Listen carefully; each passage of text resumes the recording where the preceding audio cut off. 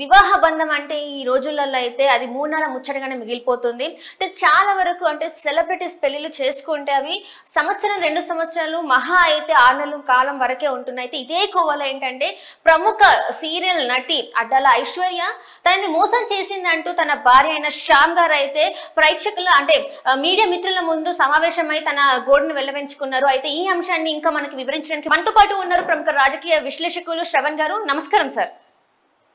నమస్కారం అండి. సార్, ఇప్పుడు చూస్తున్నట్టయితే మీరు వార్తల్లో చూస్తున్నట్టయితే అడ్డాల ఐశ్వర్య అనే సీరియల్ నటి అంటే తను ప్రముఖంగా అన్ని ఛానల్స్లలో శాటిలైట్ ఛానల్స్లలో అయితే చాలా పేరుగాంచింది తను. కాకపోతే ఏంటంటే తనను వంచించి అంటే తన భర్తను వంచించి 25 లక్షల రూపాయలు తీసుకెళ్లిందని చెప్పేసి తన భర్త అయితే మీడియా సమావేశంలో చెప్పడం జరిగింది. సో దీన్ని అసలు ఎలా చూడాలి సార్? వాస్తవానికి మీడియా సమావేశాలు కానీ ఇట్లాంటి క్రైమ్ వార్తలు మొదట వచ్చినప్పుడు 2 కోణాల నుంచి చూడాల్సిన అవసరం ఎంతైనా ఉంటుంది. ఈ సంఘటన తాలూకు వివరాలు విక్టమ్ గా చెప్పుకుంటూ బయటకు వచ్చినటువంటి శ్యాము వర్షన్ మాత్రమే ఇప్పుడు మన దగ్గర ఉన్న సమాచారం. ఈ శ్యాము వర్షన్ ప్రకారం తన భార్య అయినటువంటి ఐశ్వర్య నన్ను మోసం చేసి 25 లక్షల రూపాయలు తీసుకెళ్లిందంటూ కూడా ఆరోపణలు చేస్తున్నాడు. తనని ఉంటూనే తనను అన్యాయం చేస్తూ ఇంకొకరితో రిలేషన్స్ కి వెళ్ళిపోయింది. వెళ్తూ నాకు 25 లక్షల రూపాయల నష్టాన్ని చేకూర్చిందని చెప్తున్నాడు. ఇది 2 రకాలైనటువంటి కోణంలో మనం విశ్లేషించాల్సిన అవసరం ఉంటుంది. ఫస్ట్ ఆఫ్ ఆల్ ఇక్కడ విక్టమ్ గా చెప్పబడుతున్నట్టు బాధితుడిగా శ్యామ్ కోణం ప్రకారం అమ్మాయి తనకి మనస్పర్ధలు వచ్చాయని అర్థమవుతుంది. ఈ మనస్పర్ధలు మధ్య అన్యోన్యమైనటువంటి భార్యాభర్తల మధ్య ఉండాల్సిన బంధం కాస్త అనుమానాలకు స్పర్ధలకు కారణమవుతుంది. ఎందువల్ల వచ్చింది ఈ కారణాలు అనేది ఒకసారి మనం ఆలోచించుకుంటే, భార్య పాపులర్ అవుతా ఉంది. ఒక స్పౌజ్ లో భార్య పాపులర్ అవుంది.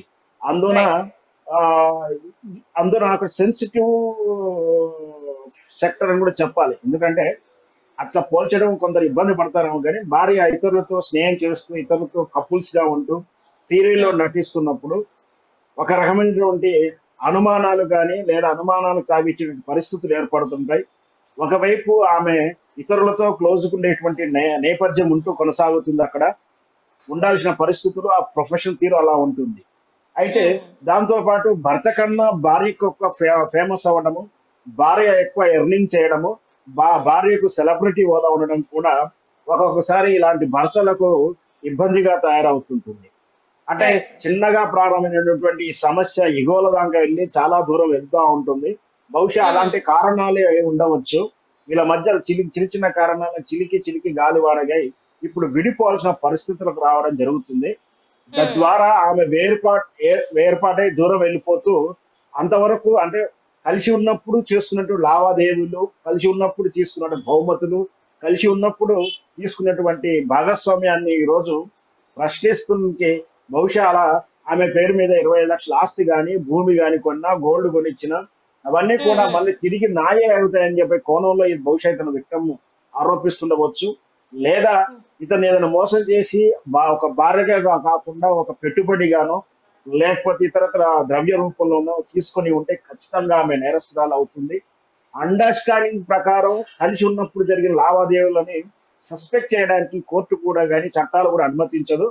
అంటే మిడిల్ అండర్స్టాండ్ ప్రకారం జరిగినప్పుడు అది చీటింగ్ కింద రాదు.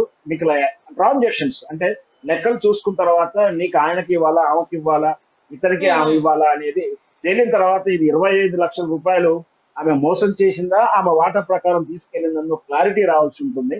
ఇవేమీ లేకుండా నిరాపరాధంగా ఆమె హీరోయిన్ మీద మన అపవాదులు వేయడం కూడా అంత భావ్యం కాదు.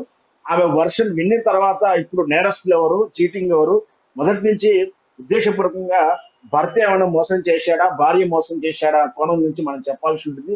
అంతకుముందు ఇదంతా కూడా ఒక కోణంలోనే మనకున్న సమాచారం ప్రకారం ఇప్పటికిప్పటికే ఆ నటి చీటింగ్ అనో మోసగట్టగానో మనం చెప్పలేమనేది నా అభిప్రాయం. Right sir. అంటే ఇక్కడ చూస్తున్నట్టయితే వాళ్ళకి పెళ్ళై ఇంకా సంవత్సర కాలం కూడా అవ్వలేదు. సో ఈ లోపు ఇలాంటి గొడవలకి కారణం ఏమై ఉంటుంది సార్?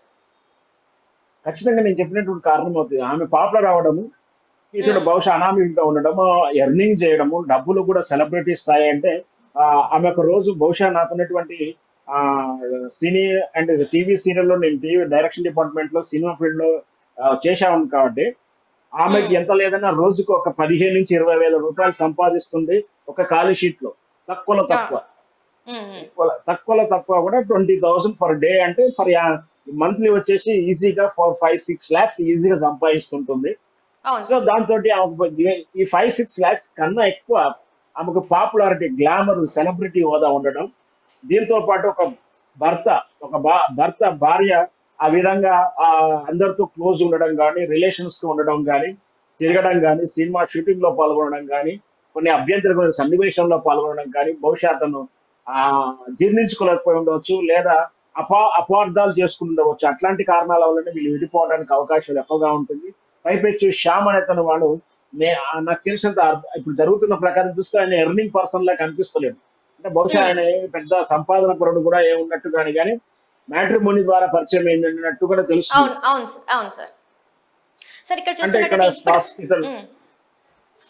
అంటే ఇతను సాఫ్ట్వేర్ ఇంజనీరా, అసలు ఏం చేస్తున్నాడు, లేదు సినిమా ఫీల్డ్ లోనే పరిచయం అయ్యాడా, అంటే సీరియల్ ఫీల్డ్ లోనే, షూటింగ్ ఫీల్డ్ లోనే యాజ్ మేనేజర్ గానో, యాజ్ కో ఆర్టిస్ట్ గానో పరిచయం అయ్యాడా, అది వ్యక్తిగత వివరాలు తెలవట్లేదు.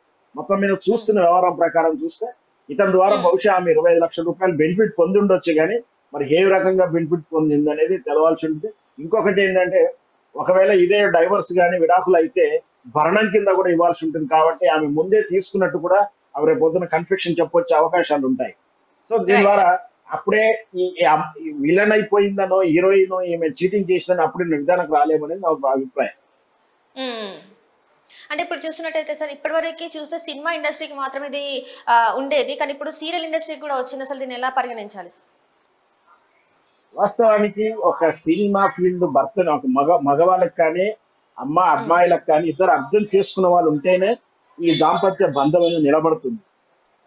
నాన్ ప్రొఫెషన్ అంటే సినిమా ఫీల్డ్ కాకుండా, షూటింగ్ ఫీల్డ్ కాకుండా వేరే ఫీల్డ్ వాళ్ళు అలా సంపాదించాలన్నా, వాళ్ళ ఫ్రీక్వెంట్ ఇన్కమ్ సంపాదించాలన్నా, లేదా కట్టుబడిగా ఉండాలంటే ఇక్కడ సినిమా ఫీల్డ్ లో ఫర్ ఎగ్జాంపుల్ అబ్బాయి అంటే హీరోని క్యారెక్టర్ తీసుకుంటే అతను కో ఆర్టిస్ట్ లేడీస్ తో కూడా మాట్లాడాల్సిన పొజిషన్స్ ఉంటుంది.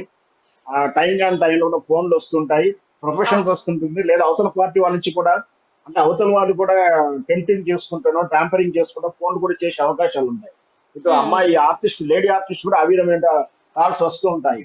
అంటే ఒకవైపు ఎర్నింగ్ అనుకున్నంత ప్రకారం అవకాశాలు రాకపోవడం, ఇంకొకటి ఇట్లా రిలేషన్స్ కానీ ఇట్లాంటి ట్యాంపరింగ్స్ కానీ వస్తున్నప్పుడు అర్థం చేసుకొని కాపురం చేసిన వాళ్ళు మాత్రమే వైవాహిక జీవితం కొనసాగుతుంది. అంటే ఆదాయపరంగా సరిగ్గా రెగ్యులర్ ఇన్కమ్ లేనప్పుడు అప్పుడు సిబ్బంది పడతారు, లేదా అదర్ దాని నుంచి ఇట్లా రిలేషన్స్ మెయింటైన్ చేసినప్పుడు కానీ, సస్పెక్టెడ్ కాల్స్ కానీ, సస్పెక్టెడ్ టైమింగ్స్ లో వీళ్ళు వేరే వాళ్ళతో రిలేషన్స్ ఉండడం, ఆ సస్పెక్టెడ్ నే అంటే ఫర్ ఎగ్జాంపుల్ ఈ అమ్మాయి హీరోయిన్ వేరే వాళ్ళతో సాయంత్రం పార్టీకి వెళ్ళిందా, షూటింగ్కి వెళ్ళిందా, నిజంగా షూటింగ్ నుంచి ఇక్కడికి వెళ్ళిందా, ఈయనకు అనుమానం ఉంటుంది.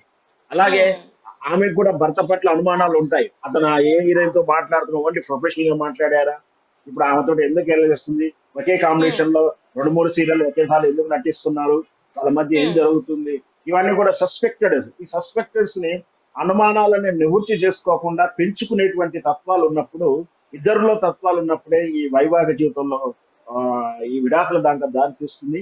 ఇప్పుడు పేరు చెప్పడం అవసరం లేదు, కానీ ఈ మధ్య కాలంలో హీరోయిన్లు కానీ, టీవీ సీరియల్స్ కానీ విడిపోవడానికి కారణం కేవలం ఈ సస్పెక్టెడ్ రిలేషన్స్ లేదా హిడెన్ రిలేషన్స్. అంటే వాళ్ళు కావాలని సీక్రెట్ గా రిలేషన్స్ పెట్టుకుంటుండొచ్చు, హీరో కానీ హీరోయిన్ కానీ, అంటే లేడీ కానీ మేడీ కానీ, అనుమానితమైనటువంటి రిలేషన్స్ మెయింటైన్ చేయడం, లేదా దాచి ఒక భర్తకు స్పౌజ్ కు దాచి రిలేషన్స్ మెయింటైన్ చేయడం.